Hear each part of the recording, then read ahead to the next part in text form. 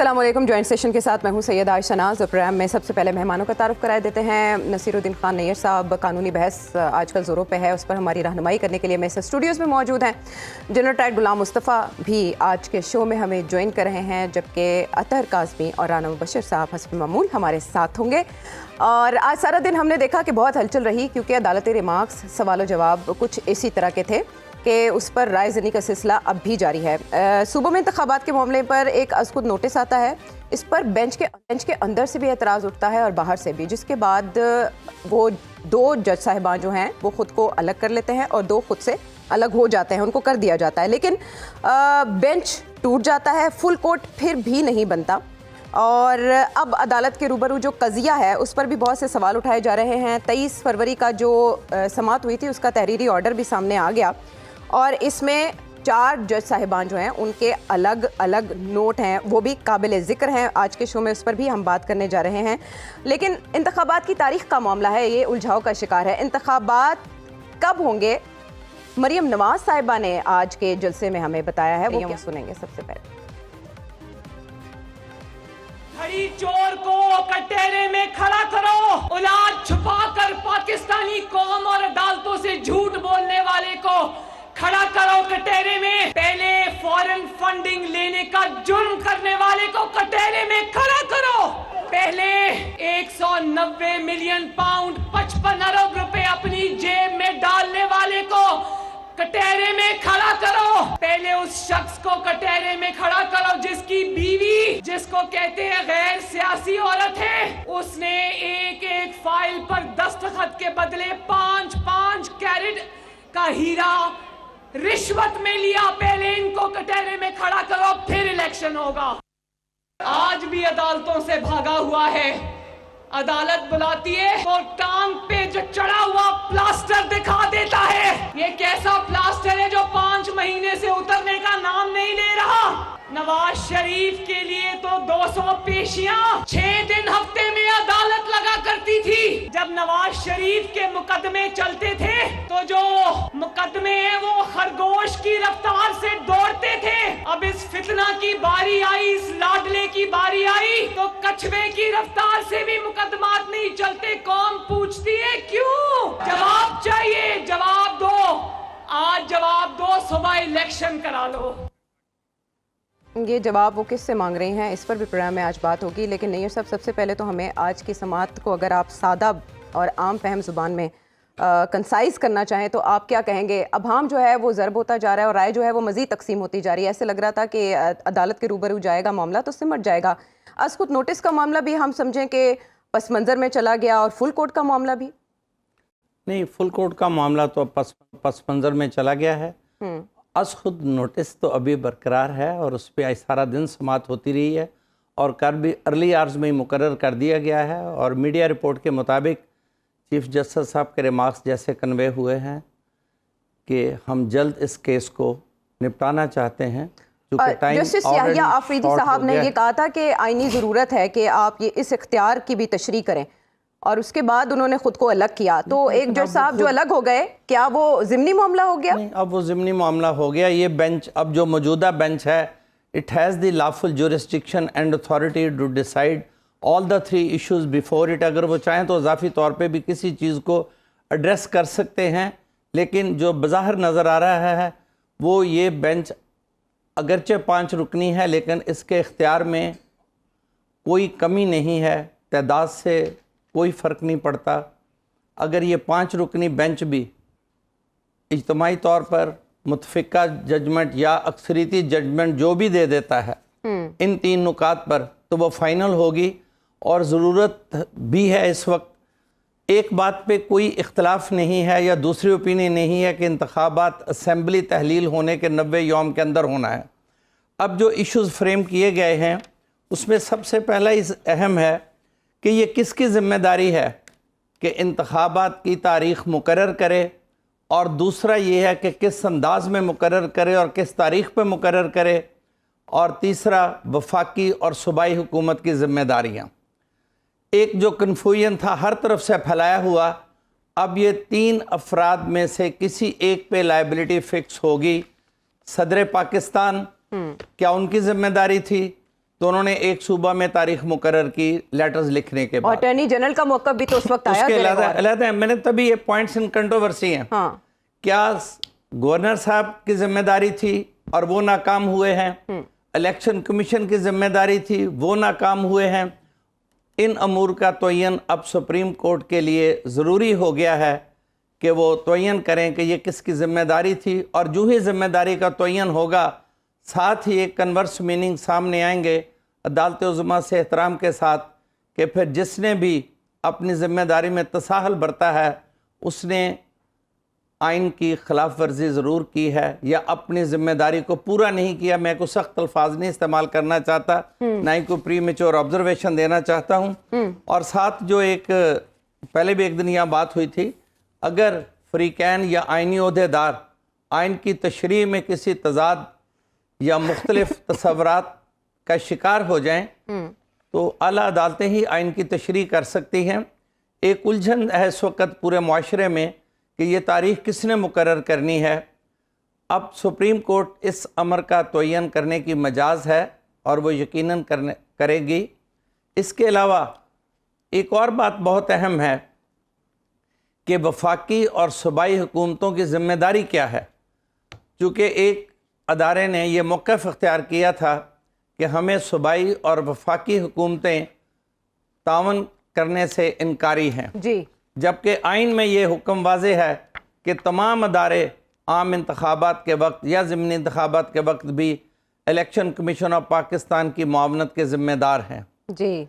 अब अगर आला अदलिया ये हुक्म वाज़े दे देती है कि जो उज़र बताए गए हैं वो नाकाफ़ी हैं तो इलेक्शंस का होना यकीनी है, और इसके यकीनन उन लोगों पे सियासी असरात ज़रूर मरतब होंगे जो इंतखाबात में इल्तवा के लिए आइनी या गैर आइनी बहाने या उज़र तलाश कर रहे असरात थे। तो मरतब होंगे, लेकिन वो फैसले को कबूल भी करेंगे या नहीं। यहाँ पर एक ज़िमनी सवाल ये ले लें नैयर साहब। किसी के कबूल ना करने से फैसले की आइनी या कानूनी हैसियत या तकद्दस मजरू नहीं हो जाता। ये पाकिस्तान का सियासी कल्चर है जो फैसला बात ये है कि पहले इस तरह से तनकीद नहीं की जाती थी फैसलों पर। फैसलों पर तो चले ज़ेरे बहस आते थे, लेकिन बेंच पर जिस तरह जलसों में अब सरेआम की जाती है। मैं आऊंगी आपकी तरफ दोबारा, मैं अतर की तरफ जाऊंगी। अतर, अब ये फैसला मैं एक बात बता दूं जी, ये फैसला अब होने जा रहा है, कल हो जाएगा आपके ख्याल में? जो आज तकरीर भी की गई है कि उस वक्त तक इलेक्शन नहीं होंगे जब तक एक दूसरे की प्रोसिक्यूशन कंप्लीट नहीं हो जाती। तो इस बात लेवल प्लेइंग फील्ड नहीं। हाँ, ठीक है। जी का जाना ठहर गया है, सुबह गया या शाम गया, it's a matter of day और सो। जी का जाना ठहर गया, आप कह रहे हैं इलेक्शन की तारीख कल आ गई, ये कह रहे हैं आप? Day tomorrow, day after okay, subject matter है, ज्यादा हम बात नहीं कर सकते, लेकिन जो तासुर अतर दबाव का आ रहा है वो किस हद तक ठीक है? देखिए, ऑब्वियसली आपने देखा कि एक तो बेंच भी टूटा और उससे पहले बेंच के अंदर शामिल जो मोज़ेज़ जज साहिबान हैं उनका नाम लेके उनके ऊपर इल्ज़ामात लगाए गए। असल इशू क्या है? असल इशू ये है कि इस वक्त पाकिस्तान के अंदर अदालत उज़्मा किसी सियासी जमात के खिलाफ कोई केस नहीं सुन रही।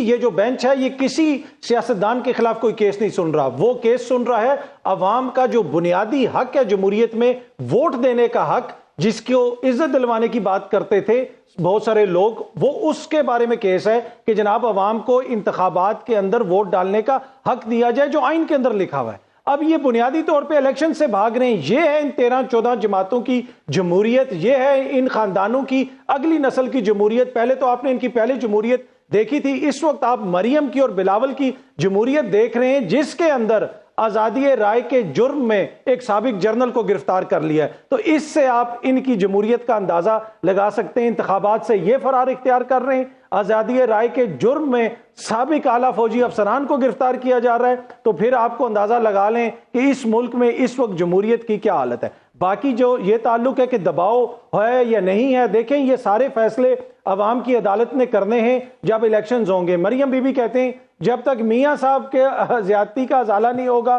तो इलेक्शंस नहीं होंगे। भाई ये कौन से आइन में लिखा हुआ है? कल भी तो राजनपुर में अवाम की अदालत लगी थी ना, उस अवाम की अदालत ने अपना फैसला सुना दिया। तो ये बुनियादी तौर पे भाग रहे हैं अवामी अदालत से। इनको पता है जब हम अवामी अदालत में जाएंगे तो उधर क्या फैसला आएगा। अगर आपने मियां साहब को इंसाफ दिलवाना है और आप समझते हैं किसी जगह से इंसाफ नहीं मिल रहा तो अवामी अदालत में चले जाएं। ये तो बेहतरीन मौका आपके पास जाएं आप उधर 2/3 अक्सरियत हासिल करें, कानून चेंज करें और मियां साहब को माफ कर दें उनकी सजा। ठीक है राना साहब, ऐसे लग रहा था कि अदालत में जाके ये मामला रिजॉल्व हो जाएगा, लेकिन इसमें पीडीएम जमातों का ये मुतालबा कि फुल कोर्ट तश्कील दिया जाए वो तो पूरा ना हुआ, लेकिन जिन जैसे एतराज़ात किए गए थे उन्होंने खुद को अलग कर लिया। आप समझते हैं कि कल तारीख आ सकती है, या जैसे एक एक्सटेंशन का मामला पार्लियामेंट को रेफर किया गया था कुछ मोहलत देने के बाद, ये कुछ ऐसी सूरत हाल डेवलप होगी? देखिए, इस वक्त जितना प्रेशराइज करने की कोशिश की जा रही है ना सुप्रीम कोर्ट को, हमने इससे पहले कभी नहीं देखा वैसे। ये प्रेशर टैक्टिक्स जो हैं किसी भी पॉलिटिशियन की तरफ से हो और किसी भी वक्त होते रहे हो, एक्सक्यूज मी, ये गलत है। और आप फैसला आने दें, फैसले के बाद एक रेमेडी मौजूद है, आप जा सकते हैं, अपील पे जा सकते हैं, जो भी उसका नाम यूज कर लें आप उस फैसले को आप दोबारा लेके आ सकते हैं, जनाब जी ये फैसला गलत है, ये हमें मंजूर नहीं है, और उसमें आप वो फैसले लेके जा सकते हैं। बट यू नो, ये इस तरीके से अगर आप ये काम चलाते रहेंगे, यानी कि अगर आप जलसों में, जुलूसों में अगर इस किस्म की स्टेटमेंट्स दे के प्रेशर माउंट करके अदालतों में और सबसे बड़ी अदालत पे अगर ये काम होगा तो then there is no stopping. On the other hand अगर मैं देखूं तो इमरान खान साहब जो हैं, इमरान खान साहब भी जो है ना, वो भी किसी से पीछे नहीं रहते। इमरान खान साहब भी जो है वो अपने आप को जिंदा रखने के लिए, अपनी सियासत को जिंदा रखने के लिए, अपनी पार्टी को जिंदा रखने के लिए वो भी कुछ ना कुछ ऐसा जरूर करते रहते हैं ताकि वो मीडिया में एक्टिव रहे। वहां पे ठीक है, वो अपनी तरफ से सही सोचते होंगे, लेकिन देन अगेन ये सारी चीजें लीड कर रही हैं टुवर्ड्स अ कोलैप्स, और ये कोलैप्स जो है इतना सीरियस हो सकता है कि इसके रेपरकशंस बड़े सीरियस होंगे और ये कई सालों तक जारी रह सकते हैं। और ये अगर इसी तरह इसको ना रोका गया, किसी जगह पे लाइन ड्रॉ ना की गई, तो एक बहुत बड़ा इशू बन जाएगा यहाँ पे। और वो इशू ये बन जाएगा कि किसी को, देखें, अगर किसी पॉलिटिशियन या किसी पॉलिटिकल जमात को पिंडी वालों की अगर वहां पे पता चलता है कि जनाब पिंडी ने वहां पे मुदाखलत की है या किसी भी स्टेज पे किसी भी जगह पे की है, वो पिंडी को जनाब रगड़ना शुरू कर देते हैं। इसी तरह सबसे बड़ी अदालत जो है वहां पे उनकी मर्जी के मुताबिक अगर काम ना हो रहा हो तो वहां पे जनाब उसको क्रिटिसाइज करना शुरू कर देते हैं। So that's what I am saying, that's what I am referring to, कि ये then there is no stopping. और ये इस तरह ये प्रेशर माउंट करते रहेंगे आप, चाहे पिंडी पे करें या सुप्रीम कोर्ट पे करें, सबसे बड़ी अदालत पे करें और पॉलिटिशियंस करें, तो फिर एक मसला बन जाएगा और उसके जो हालात बन जाएंगे वो, हम डेमोक्रेसी जो है ना, हम लोग जो सहाफी लोग हैं, हम लोग हमेशा क्रेव करते रहे हैं जनाब कि हमें सहाफत मिले, हम सहाफी रहे, पार्लियामेंट्री सिस्टम रहे, यहाँ पे जमहूरियत रहे। लेकिन वो अगर इसी तरह चलता रहा तो जमहूरियत से एतबार उठ जाएगा, पॉलिटिशियनों से एतबार उठ जाएगा, और अल्टीमेटली आप उस तरफ देखना शुरू कर देंगे जिस तरफ आपको नहीं देखना चाहिए।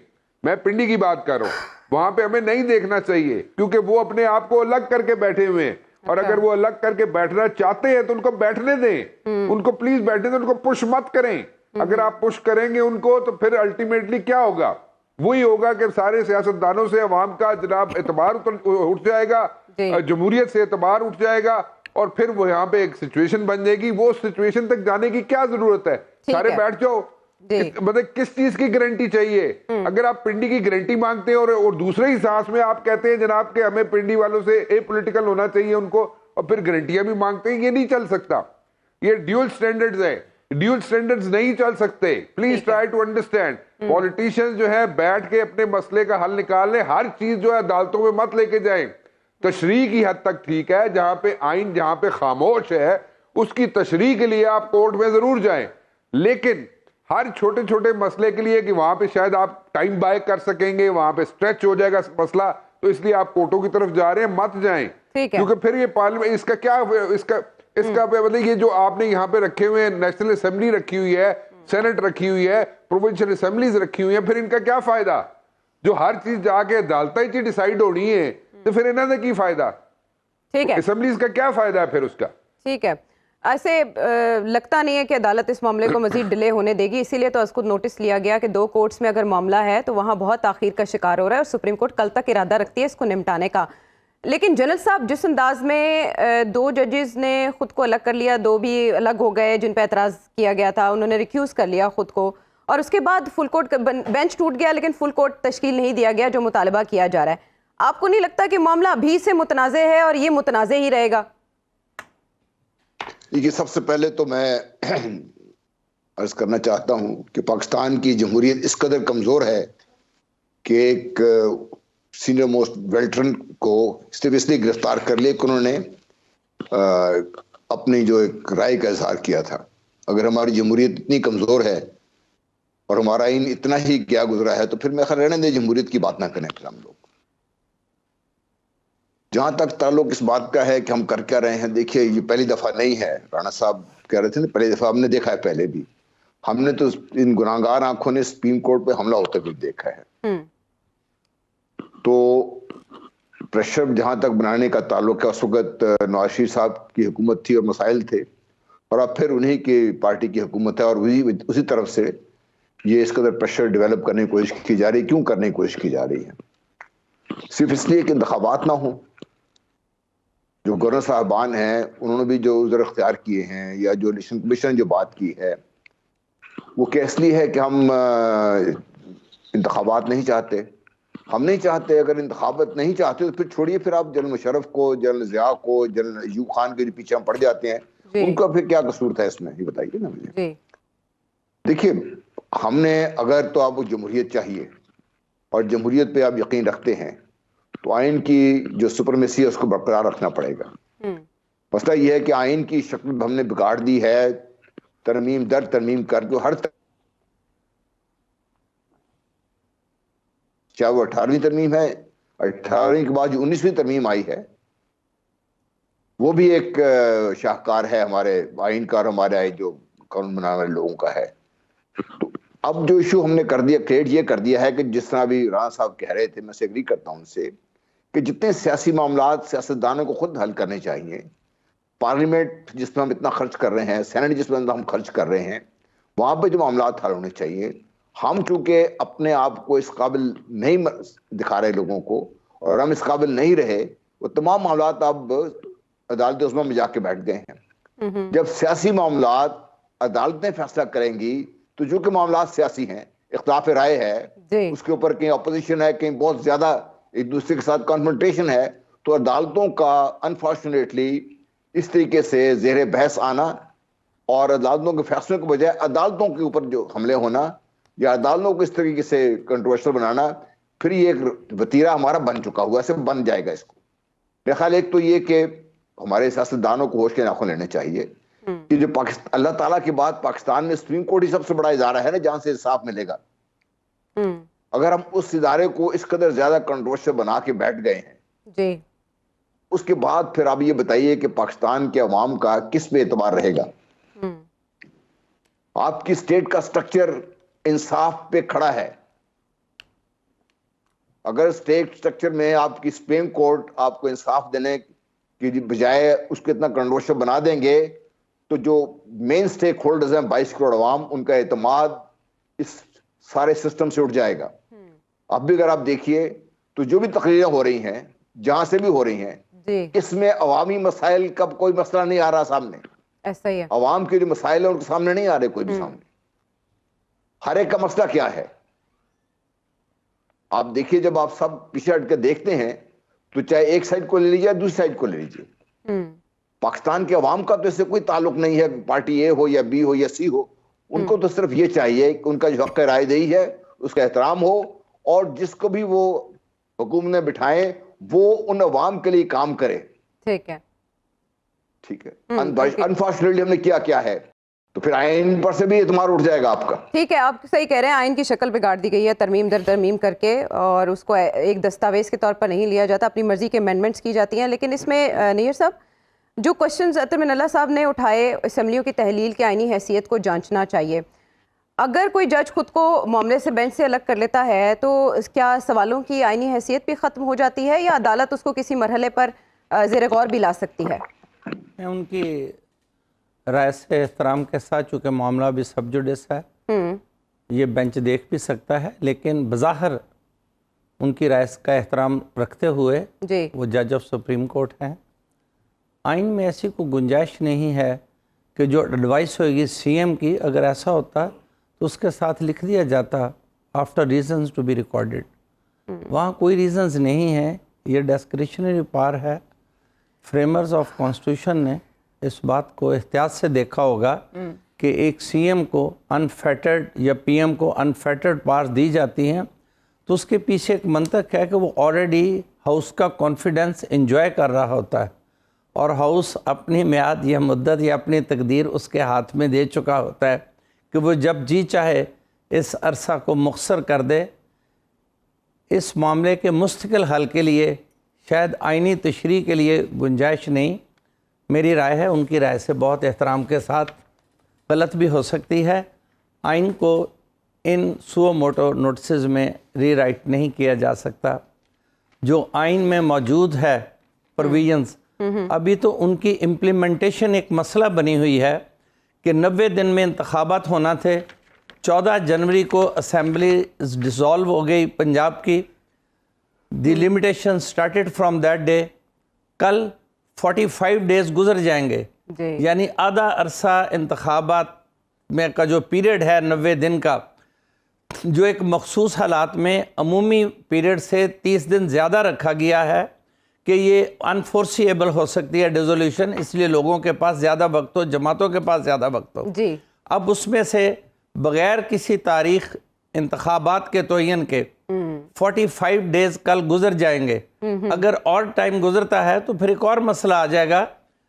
ये सब सेक्शन 2 में 57 की जो टाइम लाइन है और पूरी उसकी एक तरतीब है, एक स्कीम है कि कब से लोगों को इनवाइट करना है, फिर नॉमिनेशंस, फिर ऑब्जेक्शंस, फिर स्क्रूटनी, फिर लिस्ट ऑफ कैंडिडेट्स, फिर अपील्स, फिर अपील्स का पीरियड, फिर रिवाइज लिस्ट की पब्लिकेशन, फिर फाइनल एलोकेशन ऑफ टिकट्स, फिर पीरियड एक चाहिए 28 डेज़ का पोलिंग के लिए after publication of revise list. तो ये सारा टाइम स्पैन है जो इस वक्त भी एक मुश्किल और से दो चार है, ठीक है, जिसके लिए भी शायद सुप्रीम कोर्ट कोई हल निकाले। हो सकता है कल या डे आफ्टर टुमारो, चूँकि time has already gone out, supreme court कोई डायरेक्शन जारी करे इस समर के तयन के बाद के तारीख मुकर्रर करना किस अदारे का या किस ओहदे का फ़र्ज़ था कि whether it was governor, president और इलेक्शन कमीशन इटसेल्फ। ठीक है, these provisions have to be interpreted, और ये इंटरप्रेटेशन जितनी भी होती हैं आइन की मुख्तलिफ आर्टिकल्स को रिकंसाइल किया जाता है अगर कहीं एनॉमली या कोई गैप नज़र आ जाए। आइन को रीराइट नहीं किया जाता, इसलिए इंतखाबात होंगे।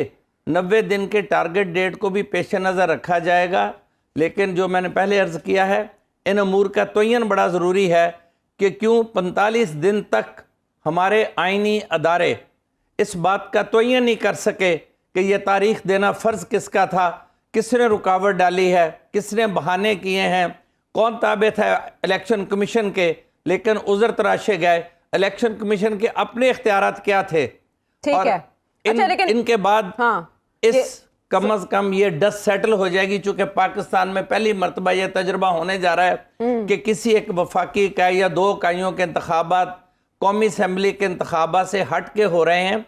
जब ये आइन लिखा गया था उसमें ही इस बात की गुंजाइश पैदा कर दी गई थी, और हर पार्लिमानी निज़ाम हुकूमत में जो वफाकी इकाइयों का निज़ाम होता है, इस बात का इम्कान हमेशा रहता है कि अगर कोई असम्बली अपनी मुद्दत से पहले किसी भी वजह से तहलील हो जाए तो उसका प्री मैच्योर इलेक्शन होगा। पहले भी एक दिन बात की थी, अगर 3 साल रहते होंगे तो क्या 3 साल इलेक्शन ही होगा। हाँ। और अगर इनकी तशरीह मान ली जाए कि जब ये हालात ख़राब हैं तो क्या हुकूमत, वफाकी हुकूमत का ये भी 3 साल केयर टेकर्स मुल्क को रन करेंगे? Is it democracy? हाँ, लेकिन ये सवाल भी, एक मिनट साहब सवाल ले ले। तारड़ साहब ने भी ये एतराज आज उठाया कि अगर 2 सूबों में हम जल्दी इलेक्शन करा लेते हैं और फेडरल के बाद में होते हैं, तो फेडरल के इंतखाबात में 2 सूबों में जो हुकूमत होगी उसके अंडर इंतखाबात कैसे होंगे? ये भी तो एक नई सिचुएशन है। आप कोई आईनी तशरीह निकाल दें, आपने कहा रिकंसाइल किया जा सकता है, रीराइट नहीं किया जा सकता। आपका नहीं ख्याल कि गवर्नर के हवाले से, उनके ऑर्डर के हवाले से या उनकी तारीख देने के हवाले से जो शिक है उसमें तरमीम की जरूरत है? लेकिन ये वक्त तरमीम का नहीं है, ये वक्त तयन का है, वक्त का। अच्छा, पहले तयन होगा फिर बाकी नहीं, इस वक्त ये वक्त तयन करें, बाद में जब पार्लियामेंट बने नहीं, कोई आपस में बैठे सोचें कि क्यों ये उलझन पैदा हुई। इस वक्त तो यही है कि जब भी कोई आईनी उलझन तशरीह तलब होती है तो अदालत आलिया, अदालत उज़्मा ही मौसर तरीन अदारा है, और वो जो भी तशरीह करेगी वो उसका पे अमल करना सब बाकी इदारों का, सियासी जमातों का फ़र्ज़ है। और ये कहना कि उस वक्त तक इंतखाबात होंगे जब तक किसी का स्कोर सेटल होगा, ये गैर सियासी बातें हैं, गैर जमहूरी बातें हैं। हमारे सियासतदानों को, जैसे जनरल साहब ने कहा है, एहतियात से काम लेना चाहिए। कुछ बातें ये खुद भी समझें, अगर ये नहीं समझ सकते या नहीं समझना चाहते तो अदालतों को इन्हें समझाने दें। अच्छा, लेकिन और अदालतों की तकद्दुस बहाल रखें, उस तरह तनकीद न करें। अदालत ने जिसको भी डायरेक्शन देनी है आइन के तहत ही देनी है, चाहे वो बिल्कुल 218 हो, 220 हो, 105 हो या 57(1) हो। किसी एक को तो अदालत कहेगी ना, उसके बाद तायुन करेगी।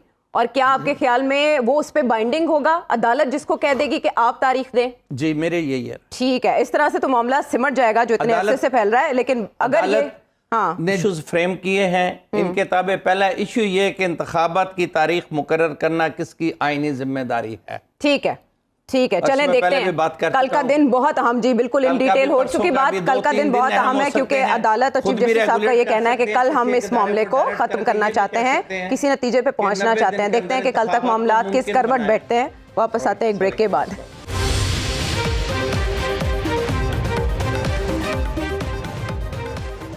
अदालत में ये मामला ज़ेरे गौर तो है, लेकिन पॉलिटिकल प्लेयर्स की टोन क्या है, अब कुछ उस पर बात करेंगे। क्योंकि जब इस बात का तयन करना है कि इंतखाबात कब होने चाहिए और ये तारीख कौन दे, और तो मुस्लिम लीग नून की भी एक राय सामने आ रही है कि आप इस मामले को फिर और भी पीछे लेकर जाएं।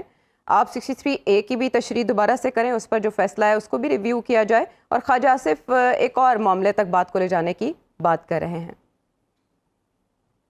सूबाई असेंबलियों की जो डिसोल्यूशन हुई है, क्यों की गई? सियासी वजूहात पे की गई या पब्लिक इंटरेस्ट पे की गई या आइन और कानून की जो है बालादस्ती के लिए की गई? और जिस तरह रीराइट किया गया 63A को, ये डायरेक्ट उसका रिजल्ट है जो इस वक्त कॉन्स्टिट्यूशनल क्राइसिस जो हम फेस कर रहे हैं। ये सारे सवालात जो हैं वो जवाब चाहते हैं। मेरी दरखास्त है आपकी वसासत से, इस हाउस की वसासत से, अदालत उज़्मा के आगे दस्तबदस्ता ये पूरा बेंच बना के, पूरे कोर्ट का बेंच बना के जो है पनामा से स्टार्ट करें। जेल भरो तो जो है फ्लॉप हो गई है ये फिल्म जो है, अब डूम भरो फिल्म चला।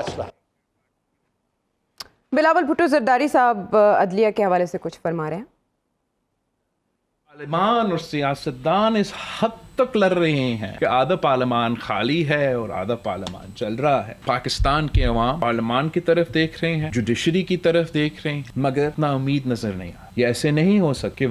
लड़काना का वजीर आजम हो तो फांसी पे चढ़ सकता, मगर एक जमान पाक का भी वजीर आजम है, उसको टांग में तकलीफ हो, एक हफ्ता अदालत इंतजार करे जनाब के आप पहुंचे। ऐसे नहीं हो सकता। दोगला निजाम तो नहीं चलेगा और ना ही हम बर्दाश्त करेंगे।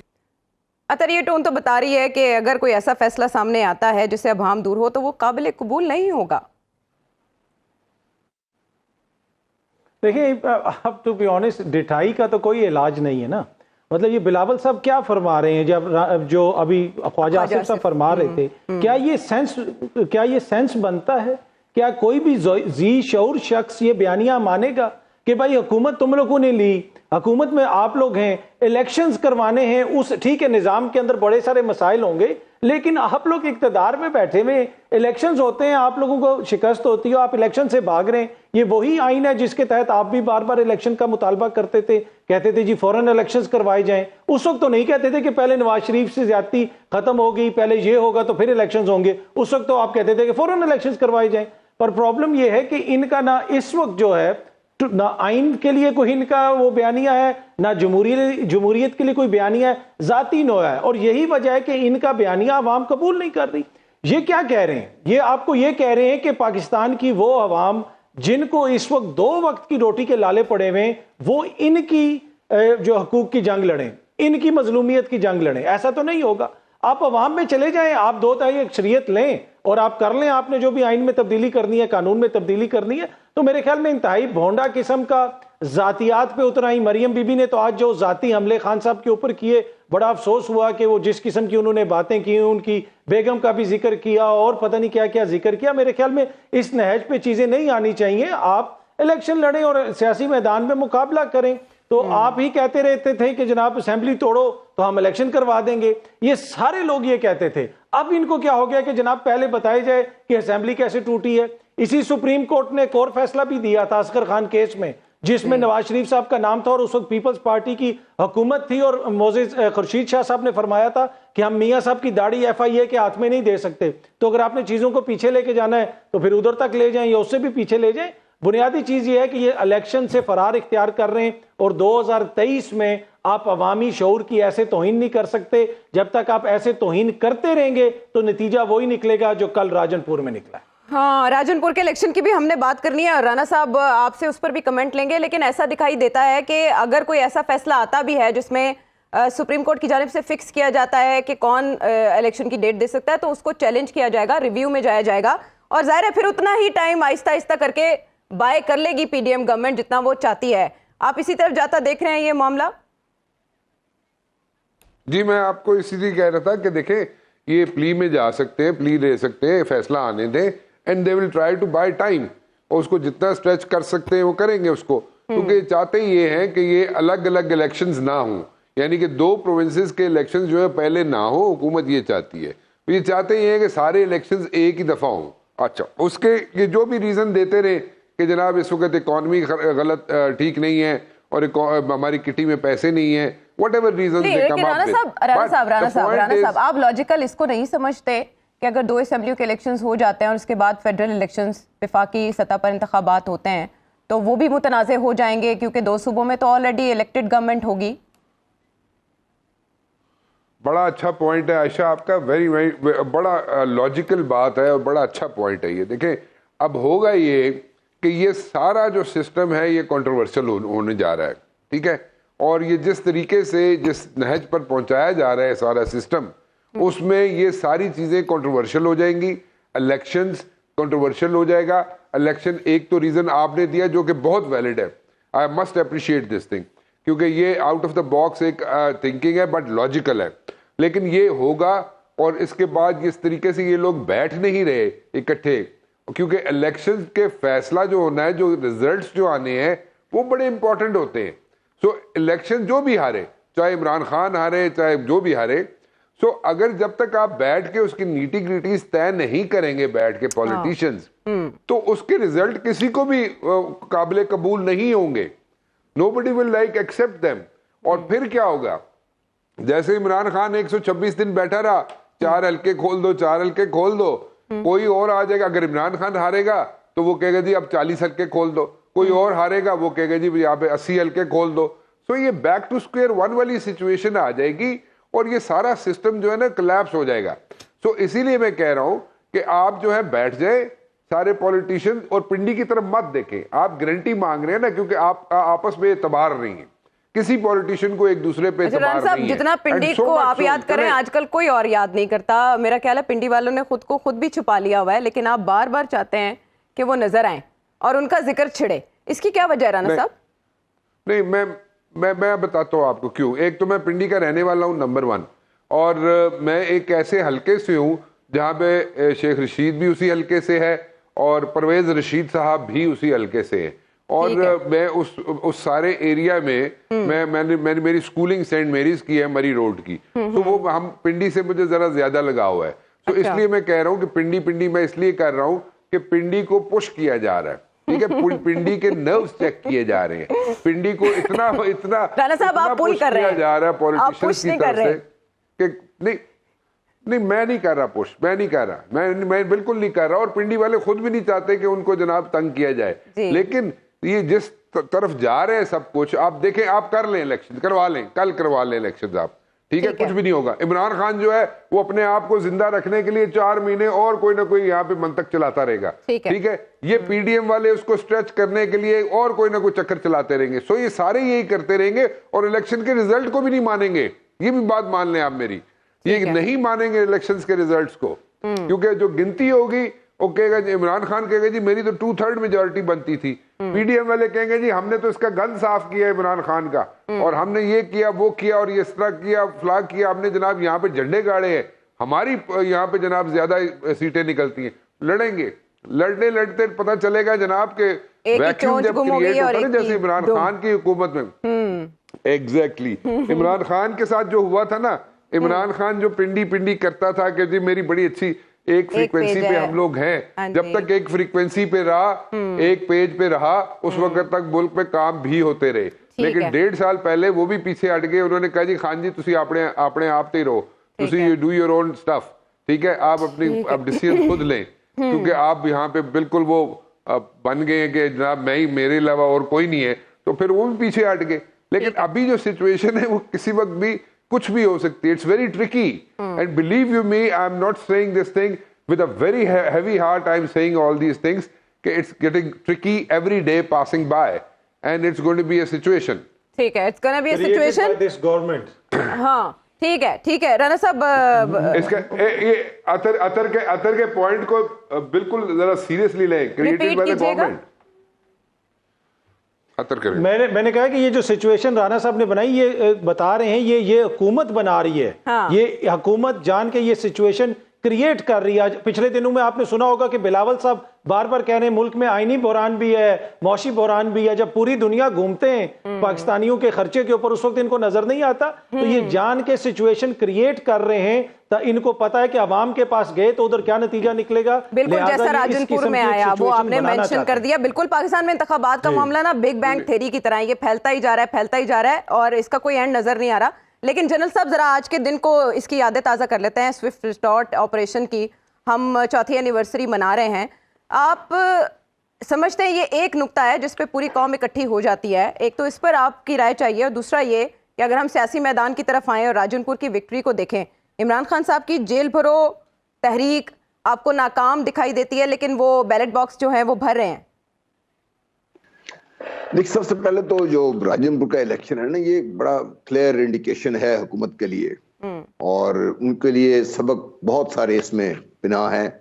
और सबसे पहला सबक ये है कि अब जो मर्जी कर लें, आज के जो लोग हैं ये आज 2000 से पहले के जो उनसे बहुत मुख्तलिफ हैं। ये 70-80 की दहाई से बाहर निकलने की कोशिश करी हुकूमतें, जो लोग बैठे हुए हैं, और ये देखें कि आज के अवाम बहुत मुख्तलिफ हैं, बहुत मुख्तलिफ तरीके से सोचते हैं। उनकी सोच के साथ हमारी जो सियासत है वो चल नहीं रही, जो हमारी मेजॉरिटी है उसकी। जी। इसी वजह से वो एक लॉगर हेड्स हैं, अपने साथ एक दूसरे के साथ वो अपने साथ ही लॉगर हेड्स हैं। ये जितनी जल्दी रिकंसाइल कर लेंगे उतनी जल्दी ही वो अपने आप को बेहतर पोजीशन में लाने की कोशिश में मसरूफ हो सकते हैं इसमें, और ये जो एक दूसरे पर हमला किया जा रहा है इससे बाहर निकल सकते हैं इससे। नंबर 2 चीज जो मेरे लिए बड़ी इंपॉर्टेंट है वो ये है कि पाकिस्तान के अवाम सोच किस तरह सकते हैं। जब पाकिस्तान की बात आती है, पाकिस्तानियत की बात आती है, जी। तो फिर सारी दुनिया सब कुछ पीछे हट के एक जगह पे जाकर खड़ी हो जाती है ये। और ये मैं अवाम की बात कर रहा हूं। पाकिस्तान के अवाम पाकिस्तान की फौज के साथ एक सीसा पिलाई हुई दीवार की तरह खड़े हो जाते हैं, और खड़े पहले भी हुए हैं, अब भी खड़े हैं और खड़े रहेंगे। और ये जो कोशिशें की जा रही है मुख्तलिफ तरीके से फास्ट फ्लैग ऑपरेशन क्रिएट करके कि अवाम और फौज के दरमियान एक जो दरार पैदा की जाए, आप जो सोशल मीडिया में देखते हैं जो फौज पे हमले किए जाते हैं, ये सब इसी कोशिश का एक हिस्सा है कि ये कमजोर कर दिया जाए ये। अगर ये रिश्ता कमजोर होता है तो पाकिस्तान फिर कमजोर होगा। पाकिस्तान इस जब तक आपकी अवाम और आपकी फौज के दरमियान ये ताल्लुक है और रहेगा, उस दिन तक पाकिस्तान अल्हम्दुलिल्लाह अल्लाह ताला के फजल करम से बड़ा मजबूत रहेगा। इसी का मुजाहरा आपने देखा कि जिस दिन सुबह इत्तला मिली पाकिस्तान के लोगों को, तो गम गुस्से की एक लहर थी, और आपने देखा 24 घंटे के अंदर अंदर पाकिस्तान ने इसको रिस्पॉन्ड किया। जब रिस्पॉन्स आया उसके बाद भी लोगों का जज्बा देखने वाला था, और इस रिस्पॉन्स में जो बहुत सारे ऐसे पहलू जो पिना थे जो हमारे तो हमें नहीं बताए गए, हमें पता है डायरेक्टली, इंटरनेशनल मीडिया ने जो बात की थी उसे पाकिस्तान की कौम का बैसियत कौम एक रिजॉल्व आपको सामने नजर आया। मैं आपको ये एक इंटरनेशनल जो उस वक्त के रिपोर्टर थे उनका बयान पेश कर रहा हूं, मेरा बयान नहीं है ये, प्लीज नोट दिस डाउन। उन्होंने कहा था जी कि पाकिस्तान ने शाहीन मिसाइल्स मूव कर दिए हैं। इसका मतलब क्या था? जनरल राहील शरीफ की मुझे वो बात याद आती है 2015 में, जब 15 अगस्त 2015 को मोदी ने खड़े होकर लाल किले में कहा था कि मुझे गिलगित बल्तिस्तान से टेलीफोन आते हैं, मुझे बलूचिस्तान से मैसेज आते हैं। तो जनरल राहील शरीफ अगले दिन गिलगित बल्तिस्तान पहुंचे थे, वहां पे खड़े होकर उन्होंने बात की थी कि पाकिस्तान में मफादात की निगरानी के लिए हम आखिरी हद तक जाएंगे, और अगर जरूरत पड़ी तो इस हद से पार भी जाएंगे। ये पाकिस्तान कौम का रिजॉल्व था जो दुनिया ने देखा उस दिन, और उस दिन फिर लोगों ने और लोग बीच में पड़े, उनको समझाया गया कि इंसान बने। पाकिस्तान आखिरी हद से पार जाने को तैयार है जी। पाकिस्तान अपने मफादात की निगराश के लिए आखिरी हद नहीं, आखिरी हद से पार जाने के लिए भी तैयार है। ये वो मैसेज था जिस दुनिया ने देखा, और आज जब हम अपने आप के इंतशार की हालत में पाते हैं, ये मैसेज कमजोर पड़ता हुआ आपको नजर आता है। हमें भारत से क्रॉस द लाइन, हमें बाकायदा पे तोनाबाजी होती है हमेशा से। हमें हमारी कौम को, हमारे सियासी लीडर को समझना चाहिए कि सियासी झगड़े चलते रहते हैं, पूरी दुनिया में होते हैं, हर जगह सियासी टकराव रहते हैं, लेकिन उस टकराव को सिर्फ सियासत तक महदूद रहना चाहिए, जातियात तक नहीं आना चाहिए। इदारों की तकद्दुस को जो जिस कदर इम्पोर्टेंट पॉलिटिकल लीडरशिप की इम्पोर्टेंट ये जिम्मेदारी है इसकी कि हमारे इदारों का तकद्दुस बहाल रखें। वो खास तौर पे जो हमारा निज़ाम अदल है, क्योंकि अगर वो खुद उस पर उंगलियां उठाएंगे, जो हमारी लीडरशिप उंगलियां उठाएगी, तो आवाम तो फिर बिल्कुल बदल हो जाएगी इससे। सो ट्रू, वो लीड करते हैं ना, लीडरशिप जो है वो लीड करती है और वही आवाम तक जो उसका पैगाम है वो सरायत करता है। इसीलिए DGISPR ने भी कहा है कि किसी भी मिस एडवेंचर का जवाब देने के लिए हम हर वक्त तैयार हैं, लेकिन पॉलिटिकल लीडरशिप को भी इसका सबूत देना चाहिए कि वो बालिग नज़र हैं और वो खतरात से बखूबी आगाह हैं। अब वापस अगर पॉलिटिक्स की तरफ आए नैयर साहब, तो इमरान खान साहब की जेल भरो तहरीक क्या आपको वैसी कामयाब दिखाई देती है जिस तरह इस इलेक्शन का रिजल्ट, या दोनों के डायनेमिक्स डिफरेंट हैं? नहीं, जेल भरो तहरीक के अपने सियासी असरात हैं। उसका एक मकसद है कि पाकिस्तान तहरीक इंसाफ को किसी तरह से मुतहर्रक रखा जाए। इमरान खान साहब जानते हैं कि इतनी बड़ी मज़ामती तहरीक नहीं है कि पूरे मुल्क की जेलें भर जाएंगी और अवाम सड़कों पर रहेंगे, लेकिन आप दूसरा उसके असरात देखें कि यही राजनपुर की नशिस्त मुकाबले में भी कोई आम आदमी नहीं था, उनसे बड़े सरदार थे जी। 81,000 वोट लिए थे 2018 में जाफर लगारी साहब ने जी। जनरल इंतखाबात में बहुत बड़ी मास मोबिलाइजेशन होती है, सूबाई असम्बली के उम्मीदवार भी साथ होते हैं, पूरे मुल्क में एक मोबिलाइजेशन होती है। अब जबकि इंतखाबी मुहिम एक बेमकसद इंतखाबी मुहिम थी कि PTI के जीतने वाले शख्स ने ज़्यादा से ज़्यादा 4 माह से नेशनल असम्बली में जाना था, उन्होंने 90,000 से ज़ायद वोट लिए हैं। इससे आप पब्लिक मोबिलाइजेशन का ट्रेंड देखें कि वो इन फेवर ऑफ इमरान किस कदर है जी। और लीड कहाँ गई है। यही एक इशू है कि इंतखाबात होने दें। ये जो इधर उधर की बातें करते हैं कि अदालती कार्रवाई को इतने साल पीछे ले जाएं, इतने साल पीछे ले जाएं, ये सियासी बयानात हैं और अवाम की असल मौजू से तवज्जो हटाने की कोशिश है। इंतखाबात एक लाजमी अमर हैं। अगर किसी को ये खौफ है कि अगर सूबाई इंतखाबात पहले हो गए और कोई एक हुकूमत कायम हो सकती है, भाई आप उम्मीद रखें। रोज़ आपकी क़यादत ये कहती है कि हम पंजाब और KP की सबसे मकबूल तरीन जमात है, तो इस बात को पे शुक्र कीजिए, आप नई हुकूमत बनाइए, इलेक्शन लड़िए और आइंदा इलेक्शन कौमी असम्बली के आप पंजाब हुकूमत में होंगे। अभी जितने भी डिवीजनल कन्वेंशंस हुए हैं उनमें यही कहा जाता है कि हम पंजाब की और पूरे पाकिस्तान की सबसे मकबूल जमात हैं। अगर आप सबसे मकबूल जमात हैं तो इंतखाबात से खाइफ क्यों हैं? और दूसरी बात यह है कि अगर आप चाहते हैं कि आइन में कुछ हुक्म है अलहदा इंतखाबात का, या आर्टिकल 62, 63 जो 18वीं तरमीम में पार्लिमानी कमेटी की मीटिंग्स में आपको याद ना आया, अगर अब याद आया तो अवाम को दोबारा अप्रोच करें, 2/3 मेजॉरिटी लें या पार्लियामेंट में कॉन्सेंसस पैदा करें कि ये प्रोविजन या ये आर्टिकल्स मुफाद आमा में नहीं है, आइन में किसी वक्त तरमीम हो सकती है और ये ऐसी प्रोविजंस नहीं है जो काबिल तरमीम नहीं है, लेकिन अवामी हमायत हासिल कीजिए, अवाम के पास जाएं, अवाम की हमायत हासिल करें। और इस किस्म के बयानात के इसी सुओ मोटो नोटिस के दौरान एक 7 साल पुराना इशू भी अब रिजॉल्व किया जाए, बिलावल साहब कहेंगे 30 साल पहले भी रिजॉल्व किया जाए। हाँ। तो ऐसे तो यही कह सकते हैं, हजारों ख्वाहिशें ऐसी कि हर ख्वाहिश पे दम निकले। अच्छा, लेकिन इंतखाब की तरफ आइए, इंतखाब ही हल है। हाँ, लेकिन राजनपुर के इलेक्शन को देखने के बाद आपको लगता है हुकूमत इंतखाबात की तरफ जाएगी? ये तो थ्रेट अलर्ट है। मुझे बता दिए आइन में कौन सा रास्ता है जो इन्हें इंतखाबात से महफूज रख एक आइन है और एक सियासी चालें हैं, हर किसी ने अपनी सियासत भी तो देखनी है। लेकिन आप सियासी चालों से आइन को नाकाम नहीं बना सकते, ना ही ये सोच पालनी चाहिए। हर शख्स इसी एक बात 27 फरवरी के इसी आइन के तहत 3 बार इन्होंने इंतखाब जीता है, हुकूमत बनाई है। Last comment. जी, लास्ट कमेंट ये है कि ये 27 फरवरी के हवाले से मैं कहना चाहूँगा कि जिस तरह जनरल साहब ने भी जिक्र किया कि पाकिस्तान के अंदर बहुत सारे मसाइल होंगे, हमारे आपस में इख्तलाफात भी हो सकते हैं, एस्टेब्लिशमेंट पे भी तनकीद होती है, लेकिन बहुत सारे लोग कहते हैं ये रेड लाइन है, वो रेड लाइन है, लेकिन हम सब की जो रेड लाइन है वो पाकिस्तान है। यहाँ पे भारत से कोई आके शायर अगर पाकिस्तान के खिलाफ बात करेगा या अभिनंदन जैसा कोई ताले आजमा यहाँ पे आके कुछ करने की कोशिश करेगा तो ये पूरी कौम जो है उसके खिलाफ और उसके सामने खड़ी होगी।